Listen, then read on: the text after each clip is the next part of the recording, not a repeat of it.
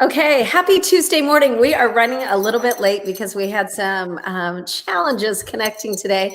But I'm Angela Hughes, a luxury travel entrepreneur, and I am here with my guest, Claire Soares, today. How are you, Claire? I am wonderful. How are you? Good. We actually connected maybe almost a year ago, talking about different common denominators, and I have talked about doing this for a long time. So I'm really happy to have you on today, Thank you. even though it almost didn't happen this afternoon. so, Yeah. so we're here to talk about you because you've had so many successes with Up in the Air Life. Now, let me make sure I've got your company name right. It's Up in the Air, right?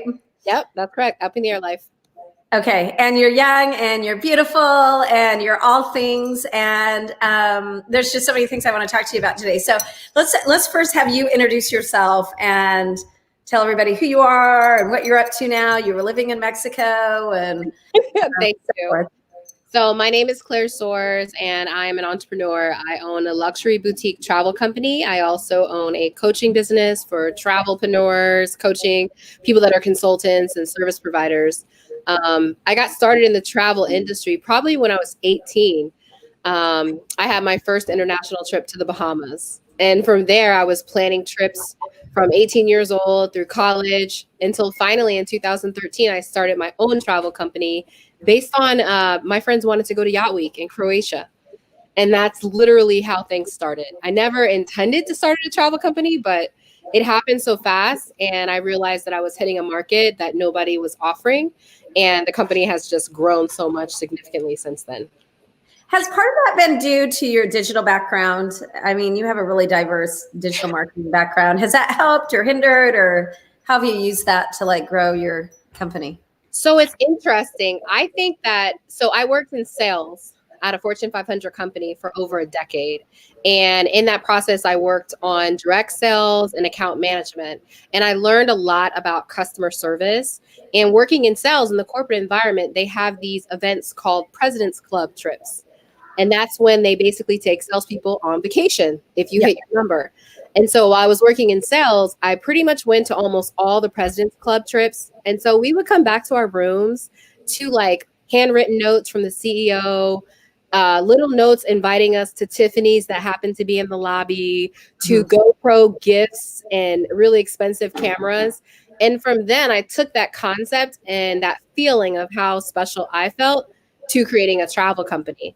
And so when I created my company, I don't have a background in marketing, but because I knew customer service and I knew how to grow a company, I used some of those knowledge of using like the field sales team concept. So when we started out, we had an event division. And so we basically hosted events in over probably 24 states in the United States. So we were hosting events all over, So give me an idea of what that looks like on the ground. I mean, let's talk about one of your events and then how it is some of the cool ones. I remember our first event in New York. We rent out a boutique movie theater and we showcased the movie with the director. And so there are events that incorporate, culture. We also have done the LA Derby. I forget what it's called, but there's like a derby in LA, which is amazing. And so we hosted that. We also did a Afghanistan, a honey wine event that highlighted the honey wine in Ethiopia and Atlanta. So we try to basically bring the travel influences from the different countries back to the US and invite our clients to join. Right. How do you, what advice do you give agents who are looking at that going, wow, that's a lot. Okay, how can I do that because we're a marketing group and, they're probably looking at that going, oh, she must have a lot of revenue and a lot of contacts. What advice can you give maybe less experienced agents or younger agents, not necessarily younger because you're pretty young yourself, but in terms of maybe inexperienced or not quite doing that? How could they get started on something like that? Yeah. So to get started, niche down. So first of all, figure out what is it that you love about travel and what makes you different. For me, I liked champagne and wine. Like that's my thing. So I took that basic thing and I put that in every trip. we toast champagne, but we also learn about different wine. So figure out like what are those things that you like and somehow infuse that and really lean in hard. So like if you're a mom and you have kids, maybe your expertise is in travel with families or single moms. Right. It doesn't mean that someone with a family won't contact you, but it does mean that when you're on Instagram and you're sharing your natural stories, you're going to attract a lot of people. Because typically if you're an agent, I feel like you're the face of your brand. Any of those kind of businesses, you need to somehow connect to people with who And you are. I really think that anybody can apply that to their business model. When you're telling your story, you've got to be passionate about what you're selling, whether you're selling car tires or trips to Kenya or whatever. If that's not coming out in the storytelling, I mean, I hate to see people sell things. Like sometimes I work and consult with agencies and they're like, I want to sell this. And I'm like, but you're not that. And you're not even interested in that. You just want to sell that because it's high revenue or something. But that's not you. You become whatever you sell, kind of, don't you think a little bit? No, I mean, you hit the nail on the head. I mean, I was living a life of luxury. I was traveling business class. So when I started a luxury company, people saw me flying in business class. They saw me at these exotic hotels. So it wasn't hard to know or to feel like, oh, well, Claire knows what she's doing. And, you know, I always tell people like, you're trying to sell something that you know nothing about. Go experience it so that you can actually share like how you made it great. Because otherwise you're selling it comes off as very unnatural too. Yeah, so authentic. So, and it looks like some of our viewers agree. And you guys can ask questions because Claire's going to be taking questions throughout the. And Catherine just says you need to love what you sell, and that's the truth. Whether, again, if you're watching this for travel, I've got this going on my personal feed, so there's lots of different types of people. Claire's just an inspiration to everyone, just not travel advisors, in running a really successful business. Okay, let's talk about something really personal to you, the Black community. I know right when the BLM issues started breaking out in July, you kind of came straight forward with me and said, how are you going to make a difference? And that has stuck with me for a long time. And I'm really glad that you challenged. I'm super glad that you challenged my thought process on that. It made me think like, yeah, really, how am I going to make a difference? What have you been doing because I feel like you're out there doing like Black conferences and gathering people together and really trying to unify people. What do you have going in that arena? Yeah. So when all that stuff happened, like, you know, being a Black woman in business and in corporate America, I have my own story and struggle and, you know, situations that I went through. So for me, I really wanted to sit in the feeling of everything. You know, watching the murder of George Floyd was extremely difficult for me, and just watching everything happen, I really just paused. And so what I had decided to do is I thought about like, how can I make a lasting difference? I don't want to make it a one-time thing. So for our company, what we've done is we specifically highlight Black businesses so that we can kind of shift some economic power to those businesses that typically don't get the marketing, they don't get the awareness. And so we actually highlight them on our Instagram feed. Okay. What we also do is in our trips, we also try to work specifically with local providers. So half of our trips, our group trips that are hosted, are all in Africa. So specifically in those regions, we definitely want to make sure we work with local vendors whenever possible, and also expanding that, and also letting our clients aware, you know, our clients are predominantly African Americans. So we are looking to figure out a way to actually share with them which part of their spend is going to like locals or African American business providers as well. And it's really hard, quite honestly, when you start to get into luxury, because that's not typically an area where you will see a lot of, you know, business owners of African American descent in that area. Right. But it's something that we're working towards. One other thing I would tell new agents, it just escaped me. I had a couple things I wanted to, maybe it'll come back to me in a second. I had something else I wanted to tell for new agents getting started, but I'll come back to it. And so what tips can you give people to integrate more? Because I want to spend just a little bit more time on this, you know, integrating more of the Black community in, so especially like if you're a white business owner, how can we do a better job? Because I want to give you a little bit of a platform for that to help us all. I would say like if you have opportunities or platforms that you're on, like similar to you inviting me on your platform, to consider reaching out to the other agent that may not have gotten invited. I have, one of my mentors is a Black-owned luxury travel company, and she shared with me that some of the people on her team that are white get invited to things that she's not even invited to, and she's been in the business for a really long time. So I think, reaching alongside to invite them to things that they may not have been invited to include them. Like if I get an email from Condé Nast, which I did, I invite my other friends who have been in the industry longer than me to actually participate in this agent listing, So making sure people get included. If you're working with vendors, trying to use local vendors when possible as well, so that you can, have an economic impact. I love that so much. I know that there's a huge, are you part of this? But I thought there was a big Black African travel, not African, I'm confusing my trips to Africa, the Black Travel Association of Women now, or something I just saw. Are you part of that at all? Or is that, I feel like there's a bunch of things. Yes. I am not a part of that, but I'm aware of that. It's a Black Travel Association. I think we're talking about Black Travel Alliance. And several of my friends and associates are are founding members.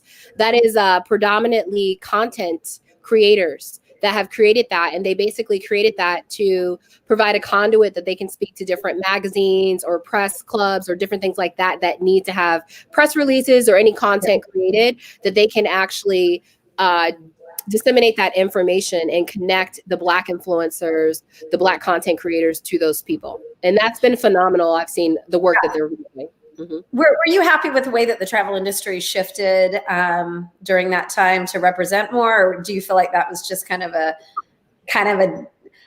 I'm not gonna lie, I felt like everybody kind of jumped on the bandwagon. Like, why weren't they doing that before? Were you happy with the results of that? Or, it was... I can't say that I've been following it. I've been focusing more on myself and my business. Yeah. I can say that, it's a nice effort, but I think it needs to be long-term. I still think there's a lot of room to grow as far as inclusion and diversity. And you can see that if you ever look at, I think it was Travel and Leisure that just posted an article about luxury travel agent, and there wasn't really one person of color. Yeah. And so I thought, listening to Travel and Leisure, get our colored ladies on board, right? And make Claire one of them. Let's see what one of the comments here. Okay, we have, this is so true. I have a PhD in art history, got in Florence, and I'm a history book author guide. And this guy looks like he might be pubbing himself. I really love what I offer to my clients, and it makes a big difference in the end. Okay, thanks for giving us that comment. Back to Claire for a minute. Claire, what's on your agenda now, and how has COVID personally impacted you? You were living in Mexico, on the beach, I feel sorry for you. So I've been an expat for 3 years come May in Mexico. I live in Playa del Carmen. I absolutely love it. My big pivot for me is we have not hosted group trips is about 98% of our business. We have not hosted a single trip since March of last year. And we most likely will not host a trip for quite some time, given the current situation of the pandemic. So for us, it's a huge impact. I have pivoted in that I started a coaching business where I coach travel entrepreneurs and consultants. And in that business, we launched about in July of last year, and we're about to go through a formal offering next month. So I'm super excited about that. Nice. So I teach pretty much everything that I learned in building a multi-million-dollar business being self-funded. So I am self-funded, which is a difference. I've never had an investor outside of myself. So I teach people sales and marketing, and it is amazing. It's very rewarding, and I'm super excited. I feel like this is fulfilling my calling, probably more than just creating trips. And then I'm also doing a lot more private trip planning. So now that group trips are not happening, I'm doing a lot more private trips. And so that's actually really exciting because my clients have asked for it and I've kind of shied away. And now I'm really leaning into being a travel advisor, a lot more, doing more private trips versus the group. Right. We almost both have a parallel life. We both kind of pivoted more towards coaching when things opened up. And so let's talk about your coaching for just a minute. In terms of marketing, what's the best advice that you can give this community right now? And this community is also being streamed to about 18 other groups. So And it really goes from, any type of business, because we've got people outside of advisors that are running different types of businesses on my feed and so forth. So what advice can you give people like right off the bat? So number one thing, make sure it's crystal clear how someone can work with you. So on your website, there should be a link that says work with me. And from that link, as a travel advisor, they should be able to book a call with you. That's how most of our business is starting. On our Instagram, same thing. When someone clicks on your Instagram bio link, it should be a direct link to book a call with you, since that's how our business starts. So I would say that's the number one thing. I can't tell you how many people you go to their Instagram and they link to their website. No, link to book a call. Like, pick one call to action and make sure you're pushing people towards that call to action. And that's typically get on the phone with you, because that's typically how your business is going to start. What's your best tips for moving people down the marketing funnel? Because I found in my own coaching business, a lot of people get stuck just thinking they post on social media or post on Instagram, that's going to be enough. And then they call us and they're like, I'm not attracting high-end clients. So I've got two questions: how to attract high-end clients, but first, how to move them down that marketing funnel. So how to move someone down a funnel. First and foremost, once you are on a call with them, your first interaction, make sure you have an email marketing plan. It can be as simple as, once they reach out to you, if they sign up through your newsletter or get on a call, that first email should be fun. It should be based on your personality. So for me, it might be a GIF of Michelle Obama, because someone who's relating to me most likely likes Michelle Obama. And it's going to be a nice GIF and a nice message explaining I'm so excited to work with you, and even include a video, a 30-second video highlighting what they should look forward to. And then you should have a nurturing sequence.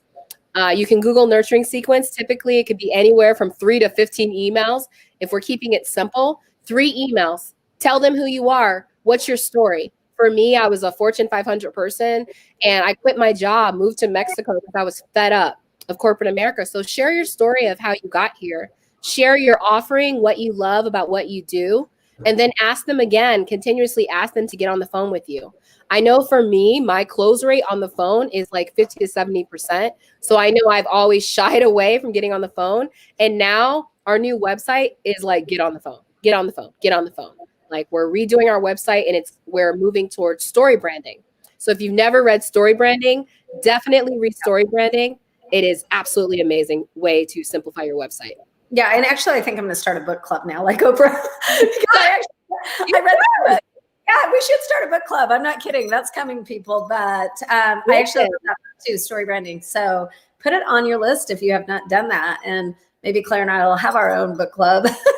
And storytelling is so huge and important for people. What mistakes do you find that people make in their own storytelling?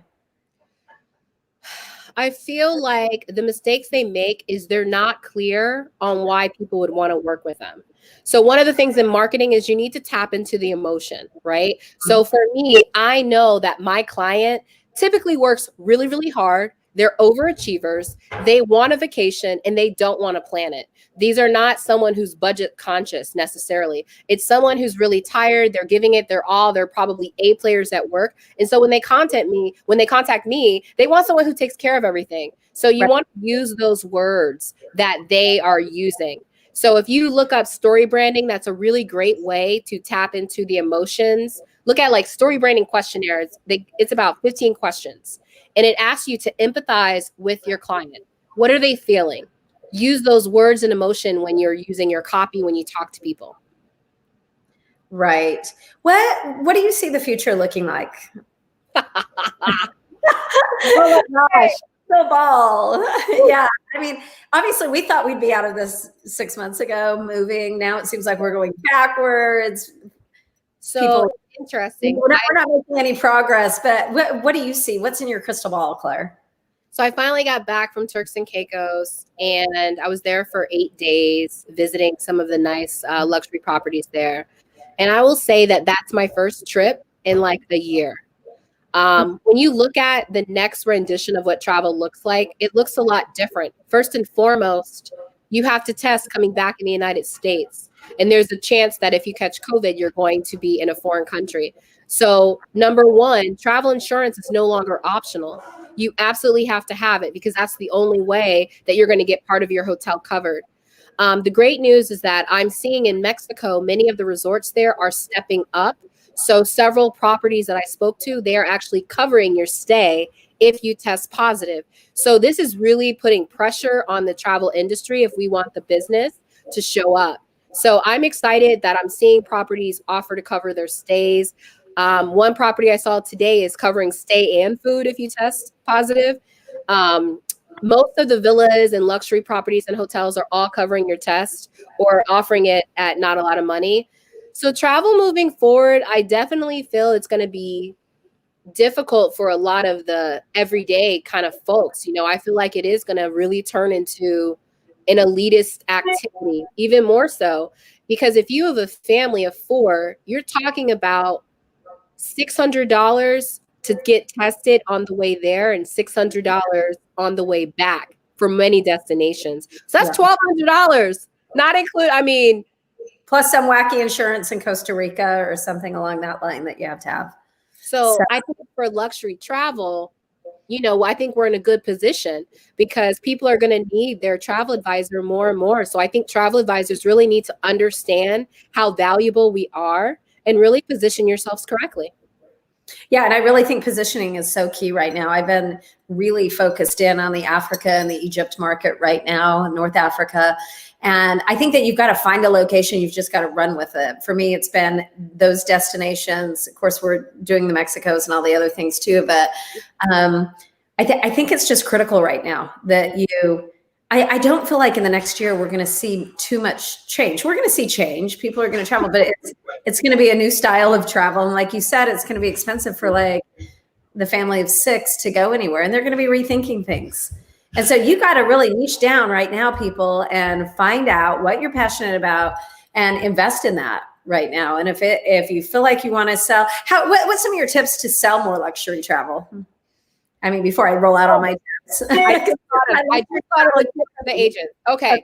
For agents, outside of making it clear on how to book a call with you. Number 2, you need to go to a luxury travel conference. Right now, there's not conferences, but when they do have conferences, when you go to a conference, you'll be able to connect easily with dozens of vendors, and it'll be a lot easy to get a site visit or anything like that. Right now, since a lot of the properties are empty, you should be able to get, depending on what network you're in, I'm a part of Virtuoso, but you should be able to, through your agency, get site visits that are either going to be complimentary or at a significantly reduced price. So if you feel comfortable now, I would highly advise you to pick one destination and go in. Get a site visit. I just went out to Turks and Caicos and I visited every single luxury property and villa in 8 days and ate at almost every single possible restaurant. So now I have at my disposal, I am a Turks and Caicos expert. Yeah. I know the director of the PR. I work with the tourism board while I was there. So go in on a destination. There's not really that many places to go right now. Pick one, go in. If you can't go, then you need to probably go in with the research, contact the tourism board. But I really feel like you have to go to really get that experience. I could not have recommended Turks and Caicos specifics without actually going. I know every property and I know exactly which ones you should stay at, depending on who you are. And I just feel like you can't get that if you don't go to properties. How do you do that, Angela? Well, we actually, through the Luxury Travel University, offer fam trips. So we've got Kenya coming up, Uganda, Egypt. But I do my own site inspections as well. Just personally, if we're talking about me as Angela Hughes and not my bigger platform. But I generally don't travel on big fams in terms of like going. I was kind of ruined when I went to Martinique with the travel board because I think they made me see 30 hotels in about 30 minutes. And I thought I was going to die. I was like, I'm never doing that again. No. After, I've been working since I was 14. I've been on a lot. I don't like the big fams either. I went with another advisor that happens to live down the street with me in Mexico, and she's also with Virtuoso. Yeah. So we happened to go, got our own rooms, but it was not a fam. But we made a fam on our own. Make your own fams out. And on the bigger destinations, we organize the fams and then we're using our DMCs on the ground, like in Egypt and Africa. But geez, if you're doing Grace Bay, that's such a great tip that Claire just gave you. Contact the tourist board. Look at, your 5 or 6 top hotels that you want to see. I mean, she became a specialist herself by just doing the work, by showing up. And I think that's important. You don't need Apple Leisure Group or whoever to take you down there and lug you around. Like, go show up, be that person. And then, a good tip that just came in off of the comments, there's virtual hotel tours being made available to all agents as well. And that's such a great idea too. You don't necessarily have to be right on the ground. Like, I feel like I know the Maldives so good, but yeah, I haven't been to half of the properties there just because we studied that. Let's see what this comment is. I'm so blind, I can't. You are very lucky in Italy. There are still many restrictions, and also traveling for research is not possible between regions. Oh, Suzanne, we feel for you. But we wish we were in Italy with that problem, because at least we'd be in Italy restricted. It's funny how you want to switch places, but I agree. Right now, we do have a little bit of freedom. We don't know how long that's going to stay with us. What are some tips for personal growth in the industry that you can give people in terms of growing as a businesswoman? Because you do a great job there. Woo. So personal, one program that I'm in right now, I am following Focus Blueprint with Jim Quick. So Focus Blueprint is about maintaining your focus, and it's about 10 to 15 minutes a day. And they hit a lot of amazing things on how to increase white matter in your brain, how to make sure you're your best self, from making sure you get sleep, to having a great morning routine, to how to read faster. So reading books would be the second thing. Like, leaders are readers is something Jim Quick calls. Leaders are readers. And I believe that too. Mm-hmm. That's why I'm starting my new book club. Leaders are readers. What's your morning routine, Claire? Oh, wow. Okay, so I wake up in the morning. The first 90 minutes is no inputs. No inputs, meaning no podcast, no nothing, just me. So once I wake up, I will go brush my teeth with my left hand, because brushing your teeth with your opposite hand, it will increase your focus. So once I do that, I will also drink 10 ounces of water. I try to drink water at the top of every hour, because once you're hydrated, you actually will increase your brain focus. After that, I will shower, take the time to put all the stuff on my face, all the creams. I then will do a minimum of 10 minutes of meditation, followed by 10 minutes of reading, followed by 10 minutes of journaling. And then right now I'm doing my Focus Blueprint. And then once I'm done, I have my accountability partner who also is doing these Focus Blueprint with me. And then I leave her a voicemail letting her know, like, what I thought of the exercise and what actions I was going to take, on the lesson. Then I write down 3 things that I'm going to get done that day. And I start on the most important, and I get that done. And then once that is done, I then check email for 25 minutes via a Pomodoro. Do you have a, it's pretty lengthy. If you're timing your email, then you know that email is such a time suck. Social media is such a time suck. 25 like curb that so you don't get sucked into. Yeah. So email is really like, it's a time suck. So again, after I finish the most important thing of the day, I will check for 25 minutes and then go back to whatever else I need to get done.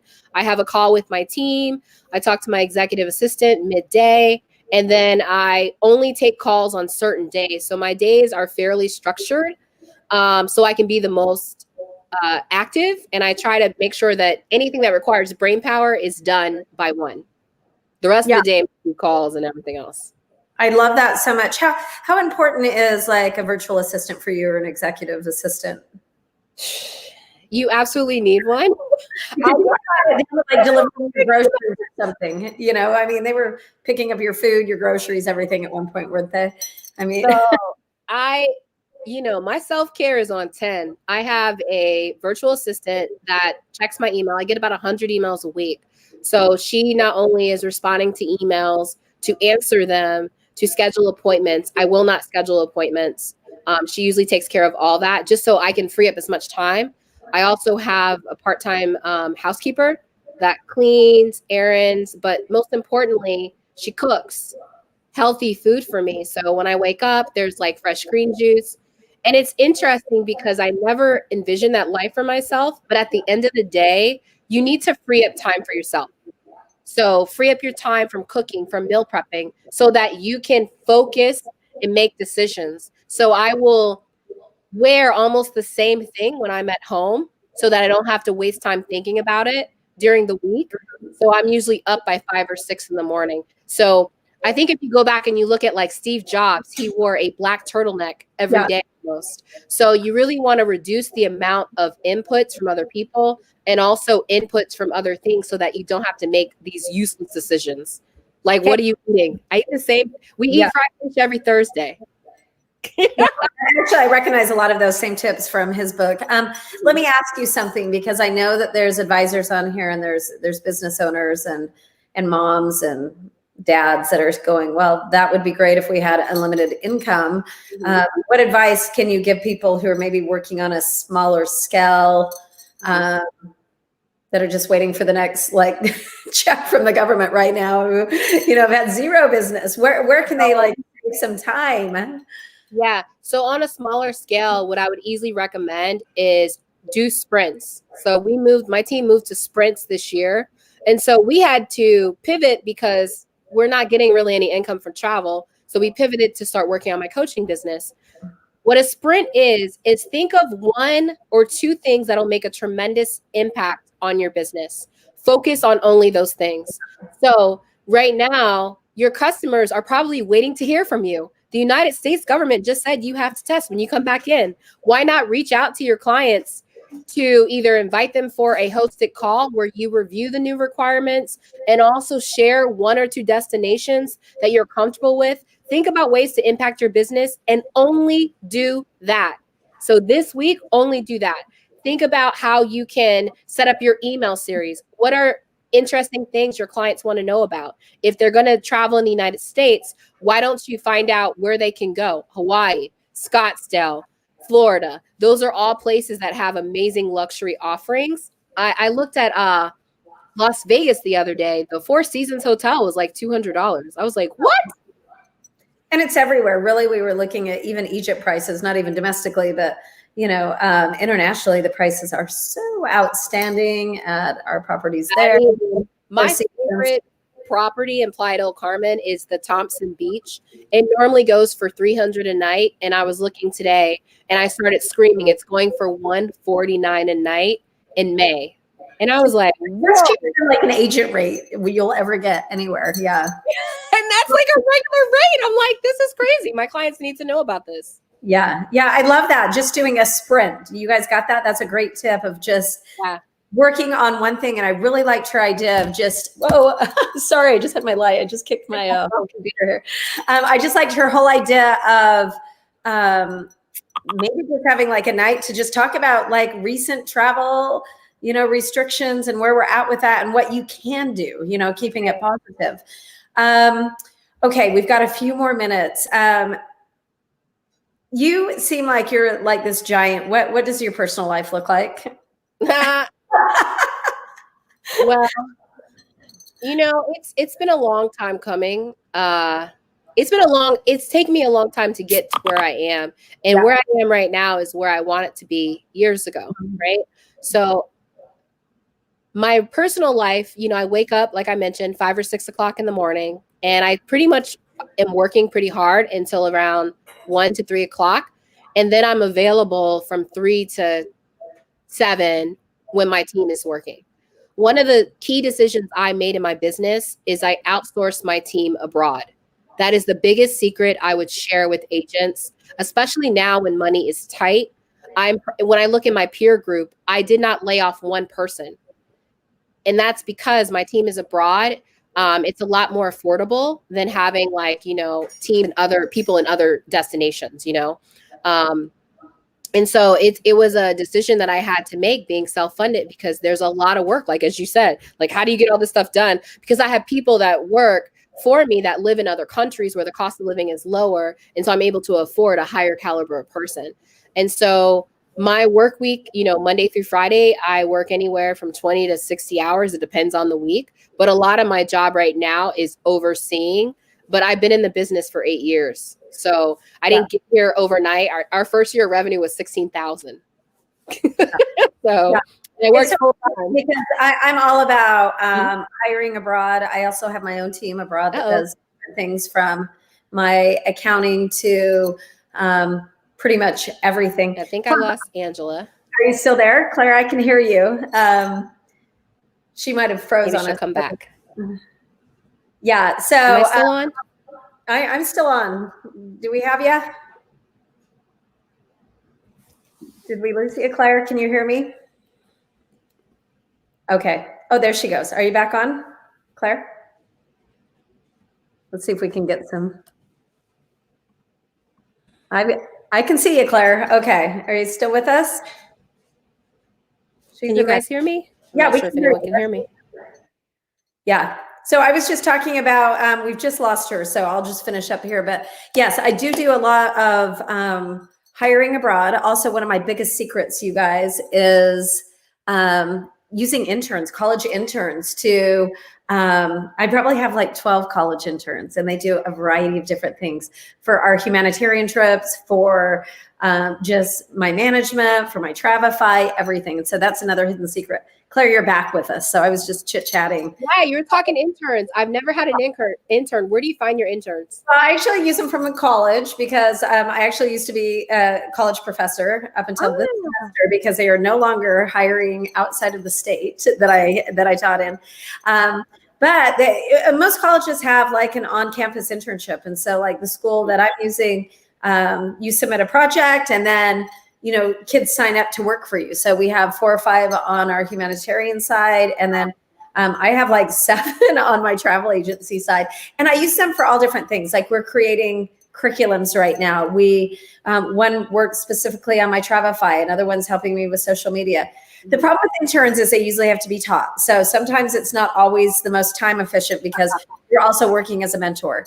When you're hiring abroad, you're usually getting a skill set already, so for like my accounting and different things like that, I'm going with somebody who already knows QuickBooks, and I don't want to have to be doing training. So interns are not always the best approach, but you can change your life by mentoring. Plus they have some great ideas. So it's a route you can take if it works for you. So, okay. Yeah, that makes sense. Okay, here's one of our readers or listeners right now who says, my son is my IT guy. He's going to college next year. He does my Excel, etc. See, tap into your own kids. They're probably better than you at a lot of different things, you guys. Another person said, great interview. And another one said, very informative. Thank you. Ask questions really quick, because we've got 3 or 4 more minutes with Claire now that she's back on. Okay, so my final thing is like, what direction do you think you'll go now? I mean, are you going to stick down the coaching road? Do you feel like, I mean, I don't see big group travel coming back to the extent that you were doing it with the event piece for, what do you think, a couple of years? I mean, that's just my prediction. My shift definitely is more so going to be on the coaching. I definitely really enjoy the coaching program, and I enjoy working directly with entrepreneurs that are dreamers like myself. So I'll definitely be doing more of the coaching program, and we're going to be doing more private trips. So private trips, at this point, our portfolio of group trips that I've curated is 30 all over the world. So honestly, I'm not going to expand past that probably. We have enough to sell. But I'm going to really be spending most of my time on the coaching, because that's where my heart is. Yeah. Do you feel like you'll implement any like coaching retreats, or what will the coaching look like as you take it? Yeah, it's funny you say that. I am going to be hosting a retreat. I'm looking at May or June. I'll be hosting several retreats. So it's interesting. Now I feel like I'm going into prime time, where I've been in the travel business for a while. So I'm really going to just lean in to being a travel expert and doing the coaching. So I'm going to do a retreat, and that is going to be for entrepreneurs and travelpreneurs that really want like hands-on to make a huge difference in their customer journey process for sales and marketing. Yeah. So definitely reach out to Claire. That's a great idea. We've been talking retreats ourselves. If we can get off the we're going to. Yeah, maybe we should combine. We need to maybe be collaborating. So that sounds good to me. And Diane, one of my good friends and suppliers, is saying you're all welcome to come do that in Greece. And so when is Greece? Greece is closed right now for us. It's closed, unfortunately, but Diane's our girl when that happens. Yeah. Claire, it's been so great having you on my show, and so many things have changed since we had our conversation a year ago. But I hope you stay in touch over time, and it's so fun just to see where you're headed, and you're such an inspiration to so many people in the community, and you've inspired me, and you've helped me be more cognizant of just everything surrounding the Black community. I love that. Your influence is huge on that. And I feel like we all need to continue using our platforms to be more inclusive. And so I appreciate you talking about that as well. So, okay, everybody, I am the luxury travel entrepreneur, Angela Hughes. This was Claire Soares. You can reach out to her on Instagram or Facebook as well. Thanks for joining us today. Thanks for having me.